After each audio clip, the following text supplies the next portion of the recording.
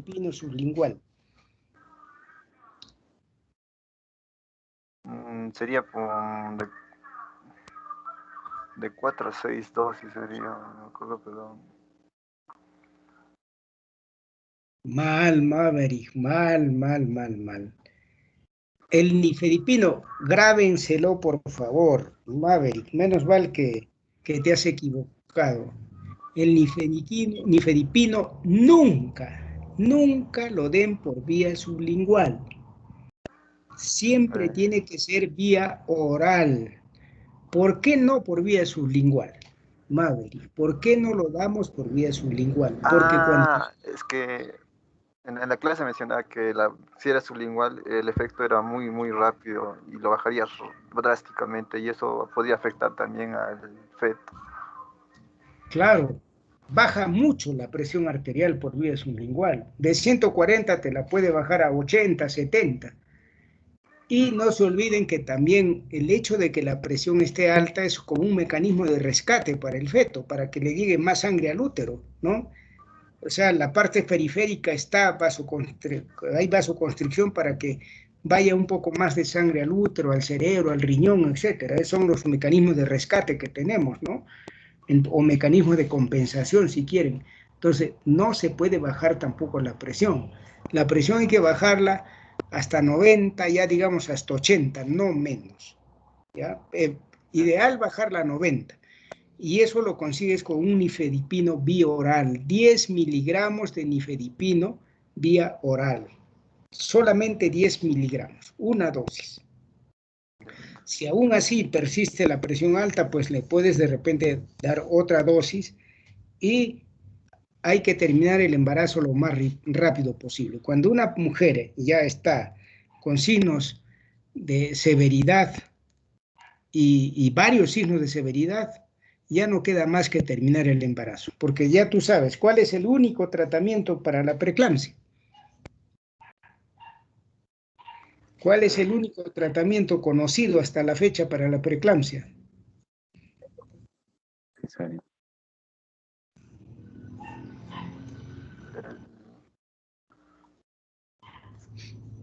Ya ves, Maverick, no has estado en clase teórica. Terminar el embarazo. Terminar la gestación es el único tratamiento. Se termina la gestación y se acabó. Si tienes una paciente con signos de severidad que no ceden, tienes que terminar el embarazo donde sea y el tiempo de gestación ya no importa. Ya el feto pasa a segundo plano, hay que salvarle la vida a la paciente. Hemos tenido que terminar embarazos a las 28 semanas, a las 29 semanas, porque si no la paciente se nos moría. Ahora, los fetitos, cuando un feto pesa más de 700 gramos, en el hospital aquí en Arequipa, en el Salud, en el Carlos Alberto Seguín Escobedo, logran sobrevivir esos bebitos, cuando pesan más de 700 gramos. Entonces, lo sacamos, claro, van a tener secuelas, pero hemos evitado que la mamá se muera, ¿no? La ley dice que cuando están en peligro los dos, porque ya te he dicho que en la preeclampsia se daña también al bebé, prima la vida de la madre. Hay que salvar a la madre, ¿no? Muy bien, Maverick. Entonces, ¿estamos o no con el manejo de la preeclampsia? Sí, doctor. Ya, espero que no te olvides nunca de lo que has hecho y lo que han hablado tus compañeros y lo que hemos hablado con tus compañeros, ¿no? Ténganlo muy en cuenta, muy en cuenta. Muy bien, ahora vamos a pasar a Álvaro Gonzalo. Álvaro Gonzalo.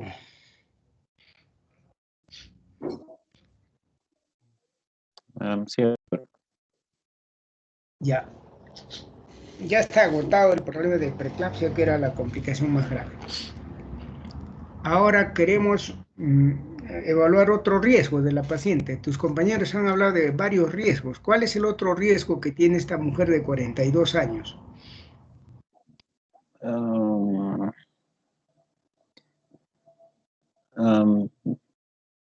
Creo que era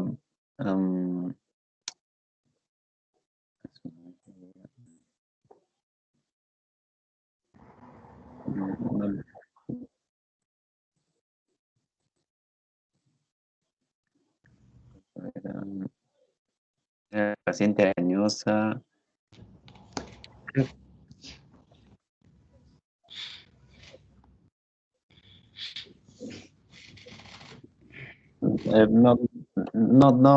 No recuerdo la palabra, doctor, se me fue. El mayor riesgo que tiene esta paciente a esta edad es una cromosomopatía o una malformación estructural. Claro, Una el riesgo más importante era la preeclampsia, que ya le hemos agotado, lo hemos estudiado con tus compañeros. ¿Cómo haces? Esta paciente tú la ves entre las 8 y las 10 semanas.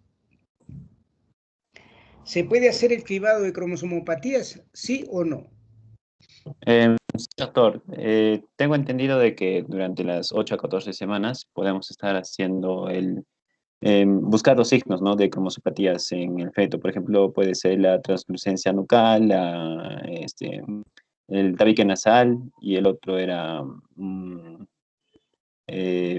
creo que esos dos principalmente. ¿Solo esos marcadores hay para...? Ahora, si es que se confirma el marcador ecográfico, tendríamos que hacer recién un diagnóstico de certeza, que puede ser por una biopsia corial, una amniocentesis, y buscar lo que es los alfa-fetoproteínas, la proteína placentaria también. El otro marcador también era hacer, ¿cómo le llaman esto? No recuerdo el cariotipo, buscar el cariotipo en feto. Eso ya es para confirmar el diagnóstico. Sí, como diagnóstico de certeza. Ya. Entonces, esta paciente que tú la ves a las 10 semanas, lo primero que tienes que pedir son los marcadores bioquímicos. ¿Qué marcadores bioquímicos tenemos? Tenemos la alfa-fetoproteína, la proteína placentaria, como ya mencioné. A ver.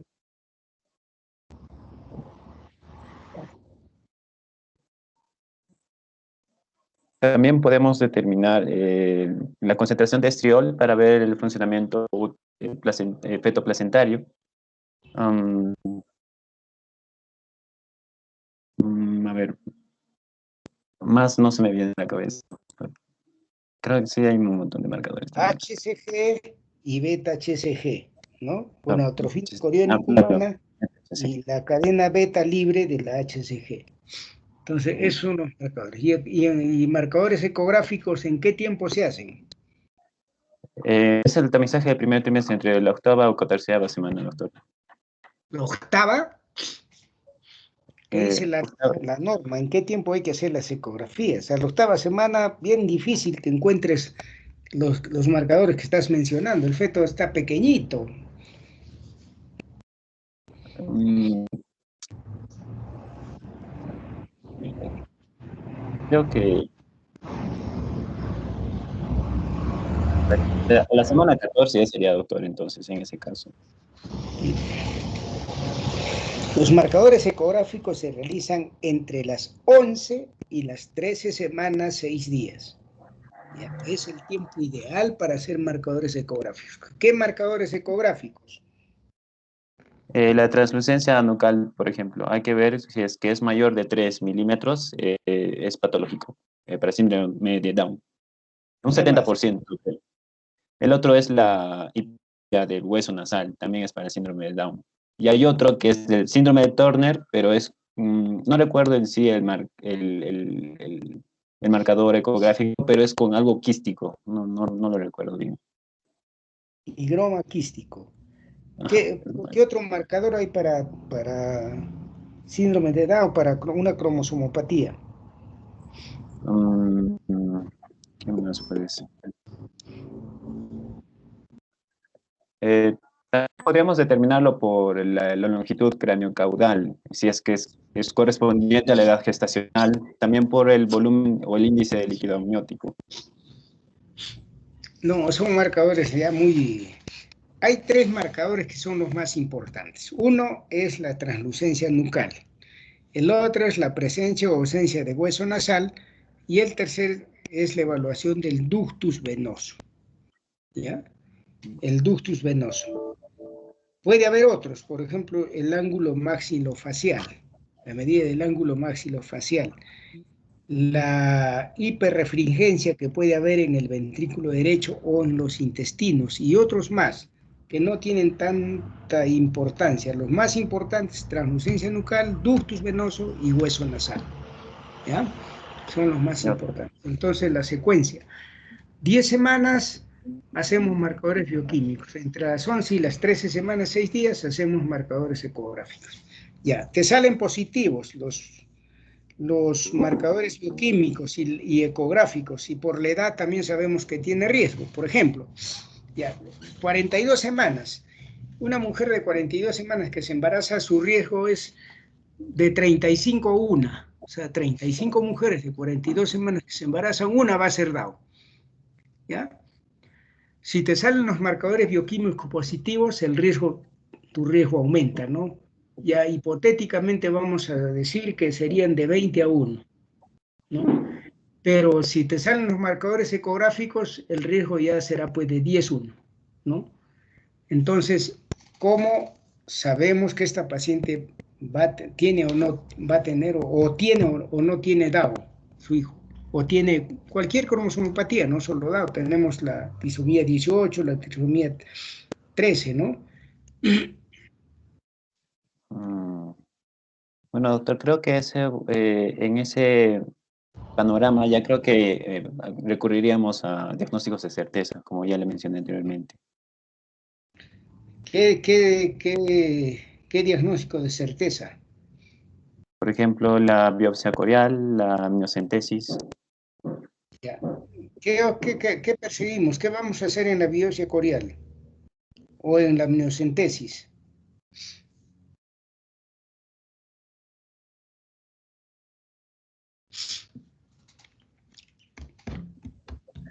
¿Qué estudios vamos a hacer ahí pues, para confirmar el diagnóstico?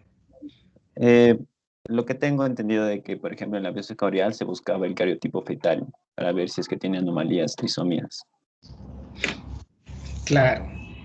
El cariotipo se ha usado siempre para descartar trisomías, ¿no?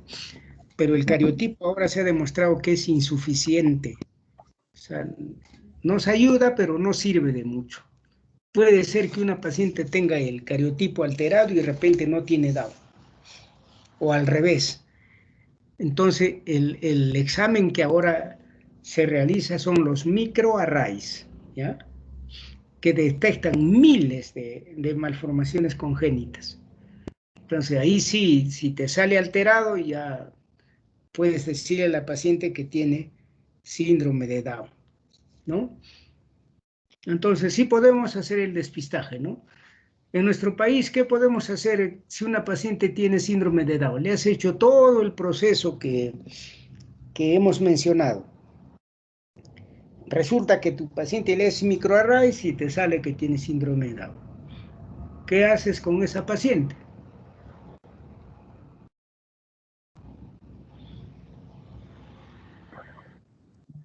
A ver,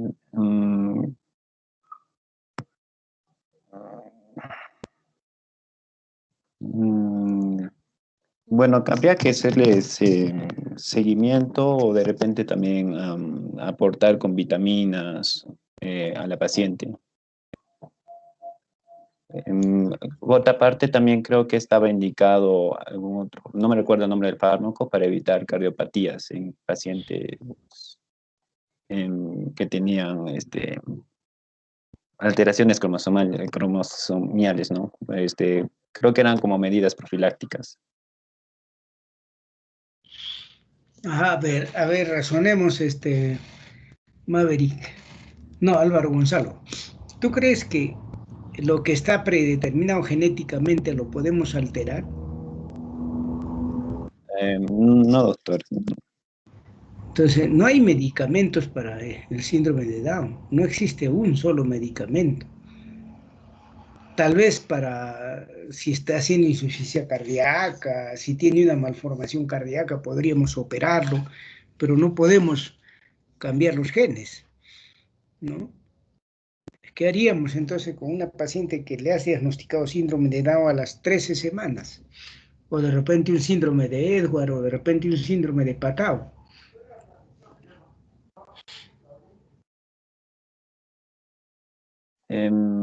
Monitorizarlo, doctor. No sé qué más podría ser.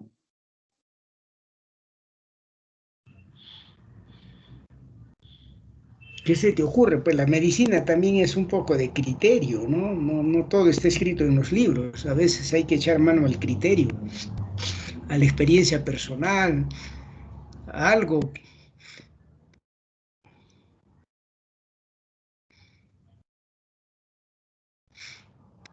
Bueno, creo que si nosotros detectamos, ¿no?, alguna cromosomopatía, tendríamos que avisar primero a los padres.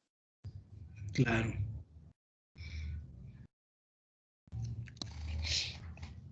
Les avisamos y nada más.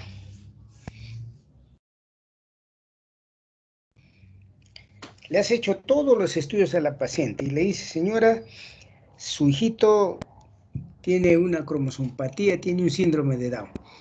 La paciente sale llorando de su consultorio, cruza la calle, la atropella un carro y la mata. ¿Qué pasó? Obviamente habría que guiar a los padres cuáles van a ser las complicaciones que posiblemente tenga el recién nacido, ¿no?, al terminar el parto. Cómo podría ser el manejo también, ¿no? También hay que decirle de que hay organismos reguladores que apoyan estos problemas cromosomiales también. Entonces, sí hay también apoyo de parte de la sociedad. Habría que darle en sí una charla informativa sobre cómo manejar, ¿no?, las alteraciones cromosomiales, en el caso sea un síndrome de Down, por ejemplo. Claro, uno de los problemas que tenemos a veces los médicos es que queremos resolverlo todo, ¿no? En nuestro medio, obviamente, una paciente que le detectes una cromosomopatía no puedes hacer nada, ¿no es cierto? No puedes, tienes que observarla nomás, pero tienes que darle apoyo emocional. La mandarás al psicólogo, al psiquiatra, ¿no? Para que la apoye emocionalmente y acepte su situación. En otros países, en otros mundos, en estos casos el aborto está despenalizado, ¿no? Entonces, la paciente puede decidir terminar su gestación. Ese ya es problema de la paciente, porque la ley lo permite. ¿En nuestro país se permite eso o no? Em, Respecto a eso, doctor, creo que es un tema muy conversado. Creo que no se puede todavía. No se puede. No está despenalizado ese aborto. El aborto que está despenalizado es el aborto terapéutico, ¿no?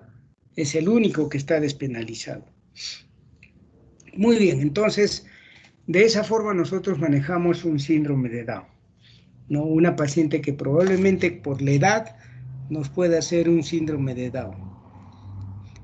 Muy bien, Álvaro. A ver, finalmente Nefeli. ¿Está Nefeli?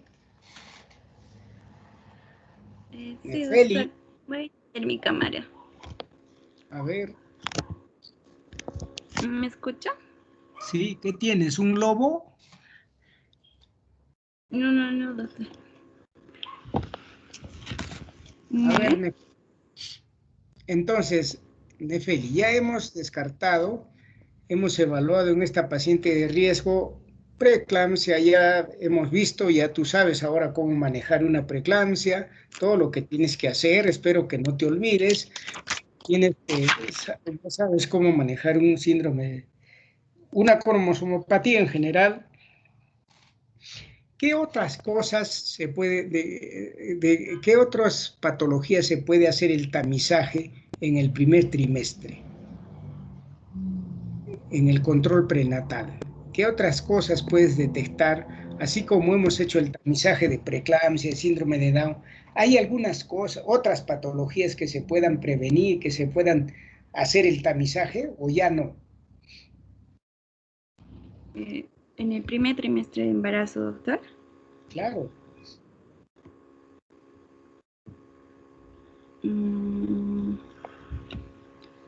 parte de las... bueno, sería las amenaza de aborto. Muy bien, podemos hacer el tamizaje de amenaza.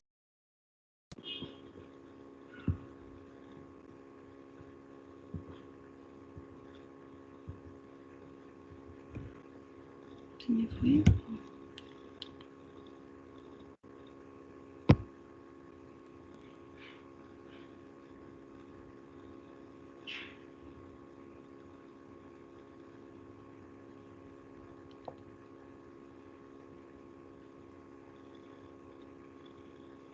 A ver, ¿qué dices, Nefeli? El Sí, aborto, ¿cómo hacemos el tamizaje de aborto? Bueno, primero tenemos que evaluar, ¿no? La paciente tiene que estar con hasta las 20 semanas de gestación, y también que el producto tiene que pesar menos de 500 gramos. Entonces ahí podemos decir que estamos ante un aborto y no ya pasar a un parto. Y de ahí tenemos que las diferentes clasificaciones, o que si es que puede ser de una causa espontánea, natural o provocada, ya sea de forma terapéutica, o también según la edad gestacional, si es que es ovular hasta las 2 primeras semanas, el embrionario de las 3 a 8 semanas, el fetal si es precoz de 9 a 12 y el tardío de 13 a 20 semanas. A ver, Bueno, la Nefeli, clínica, tú me estás haciendo la definición de los abortos. Yo te hablo de prevención. ¿Cómo podemos saber si una paciente va a tener aborto? Primero, bueno, es por la historia clínica, ¿no es cierto? Si una mujer tiene antecedentes de abortos espontáneos, más probable es que vuelva a tenerlos en este embarazo. Entonces, ¿cómo prevenimos? ¿Qué hacemos para ver si esta paciente va a tener o no aborto? es cuando ya presenta un sangrado vaginal de cualquier intensidad Ya, y pero eso es ya puede... cuando está ya con aborto. Yo quiero adelantarme a eso. Ya, entonces sería de acuerdo a la etiología, si es que la paciente tiene diabetes, mellitus, o tiene problemas en la tiroides, o en las infecciones, si es que hay clamidia, o si es que la paciente también puede tener un problema inmunológico como lupus. Claro, son pacientes que tienen alto riesgo, pero yo, ¿qué puedo hacer para ver si esta paciente realmente me hará aborto o no? O de repente hasta un parto prematuro. Mira, en el control prenatal no se puede dejar de medir la longitud del cuello uterino, lo que se llama cervicometría. Cuando ustedes vean a una paciente en el primer trimestre, antes de las 13 semanas, tienen que pedir cervicometría, así se llama, o longitud cervical. ¿Por qué? Porque cuando el cuello está corto, por debajo de 1.5 centímetros, en los embarazos únicos, esa paciente tiene alto riesgo de tener un parto prematuro o un aborto. Entonces, la medida de la longitud cervical es la forma de hacer el cribado de parto prematuro o de aborto, ¿no? La paciente no tiene síntomas ni signos de parto prematuro o de aborto, pero por eso antes de las 13 semanas con 6 días nosotros medimos la longitud cervical. ¿Ya? Cuando pidan una ecografía, así como piden para descartar síndrome de Down o para descartar preeclampsia, también piden una ecografía endovaginal con medida de la longitud del cuello. Entonces el ecografista le va a decir cuello de 4 centímetros, perfecto. Cuello de 3 centímetros, perfecto. Señor, usted no tiene riesgo, porque hay una patología que se llama incompetencia cervical, ¿no es cierto? Donde el feto se sale solito, sin dolor, sin contracciones. Esa incompetencia cervical se detecta pues justamente en ese tiempo, entre las 11 y las 13 semanas, y podemos tomar medidas, ¿no? Por ejemplo, ¿cómo sería el tratamiento de la incompetencia cervical, Nefeli? Bueno, doctor, lo que mayormente se hace en incompetencia ismico-cervical son los cerclajes. Ya. ¿Qué cerclajes conoces? ¿Qué tipo de cerclajes? El más utilizado es el de McDonald. No, claro, También, es técnica quirúrgica, pero yo te digo, los tipos. ¿Mm? Sería primero, mm, había uno indicado por la historia clínica.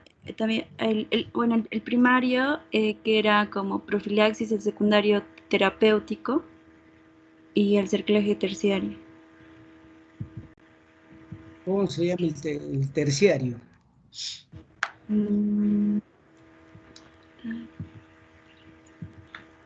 Ese es el traje de emergencia, ¿no? Entonces, hay un el- cerclaje profiláctico, un cerclaje terapéutico y un cerclaje de emergencia.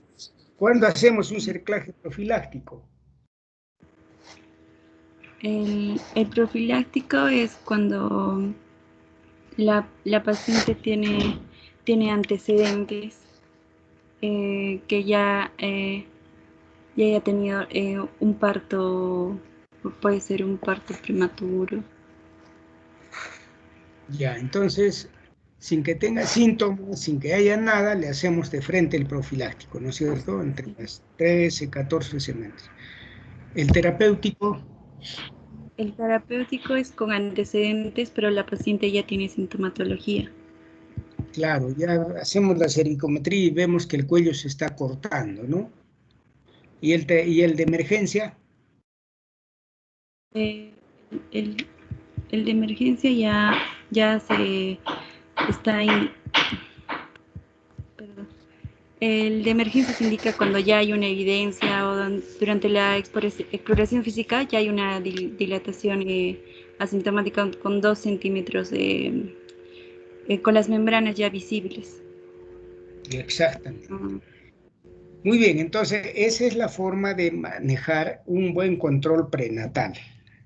Se puede hacer el cribado de diabetes, se puede hacer el cribado de embarazo doble, se puede hacer descartar, el embarazo doble también tiene sus problemas, ¿no es cierto? Hay que descartar la corionicidad en el embarazo doble en el primer trimestre para descartar síndrome de transfusión feto-fetal, discordancia fetal, etcétera. Se puede hacer el diagnóstico de diabetes, en fin, hoy día el control prenatal más debemos tener más interés, o sea, debe ser más frecuente en el primer trimestre y no al último trimestre, porque ya no sirve de nada. En el último trimestre ya las cosas están dadas. En cambio, en el primer trimestre podemos hacer mucho por las pacientes, como hemos visto solamente con 3, 4 casos, ¿no? Entonces, jóvenes, esa sería la indicación, ¿no? El control prenatal es un aspecto, es la mejor herramienta cuando está bien hecho, es la mejor herramienta para prevenir la muerte materna. ¿De acuerdo? Entonces, a estudiar el control prenatal, yo para mañana ya les voy a enviar un caso clínico para que lo discutamos. Creo que por ahora acá vamos a terminar, ya nos hemos sobrepasado la hora. Entonces, mañana nos vemos. ¿Ya? Doctor. Ya, Muy bien. doctor, está muy bien. Hasta Gracias. mañana, jóvenes. Hasta Hasta luego, mañana. doctor. Bye, bye, bye. Que les Doctor, vaya una bien. pregunta. Descansen. Sí. Sí, doctor, tenía dos dudas que quisiera consultarle antes de que finalice la clase. ¿Se puede todavía? Sí, claro. Ya, primero era sobre el cerclaje gemelar. Eh, ¿Este es indicado cuando hay una gestación múltiple? El cerclaje, no, no, no. El cerclaje no se indica por embarazo doble. No, no. Solo cuando hay una justificación. Ahora, en el embarazo doble, el cerclaje hay que tenerlo siempre un poco restringido, ¿no? Porque ¿cuándo debemos hacer el cerclaje en embarazo general? Cuando la longitud del cuello está ya en 2.5. En embarazo único dije 1.5, ¿no? En embarazo gemelar 2.5 ya es de riesgo. Ahí hay que hacer el cerclaje, dar progesterona, etcétera, etcétera. ¿Ya? Esa sería la respuesta. ¿Cuál es la otra pregunta? Sí, doctor. La otra pregunta era, en caso de una preeclampsia leve, ¿el control puede ser ambulatorio o mejor, por ejemplo, si hago un servicio rural, lo refiero sí o sí? Ya. Cuando hay una preeclampsia leve, o mejor hablemos de una preeclampsia sin signos de severidad, de todas maneras la paciente debe ser hospitalizada para que le hagamos todos los estudios que hemos mencionado, ¿no? Ecografías, analítica, etcétera, etcétera. Si después de un tiempo de 24, 48 horas en el hospital, vemos que todo lo que hemos hecho, los análisis, las ecografías, el crecimiento del bebé está bien, la paciente está asintomática, a esa paciente la podemos tratar en forma ambulatoria, pero ya le hemos hecho nosotros una evaluación completa, ¿no? ¿Qué necesita para hacer un tratamiento ambulatorio, un manejo ambulatorio, mejor dicho? Primero tenemos que saber dónde vive la paciente. Si vive en un lugar que tiene movilidad, que tiene acceso a servicios públicos, etcétera. Porque si vive lejos, le damos de alta, se pone grave y va a demorar a veces horas o días para llegar al hospital, no conviene, ¿no es cierto? También tenemos que saber con quién vive, si tiene apoyo de la familia o no tiene apoyo. Y en tercer lugar, debemos explicarle claramente cuáles son los signos de alarma y debemos saber si la paciente está en condiciones de entendernos o no. Solo en esas condiciones damos tratamiento ambulatorio. Si la paciente vive muy lejos, digamos que está en Arequipa y ella vive, ¿qué les digo?, en Cotahuasi. En Cotahuasi, pues, para llegar acá son, creo, 6, 7 horas, ¿no? Y vaya a saber si habrá movilidad. Entonces, mejor esa paciente la tengo en el hospital o muy cerca al hospital, ¿no? Esos serían los criterios para un manejo ambulatorio de una preeclampsia sin signos de severidad. Bien, ¿alguna otra pregunta?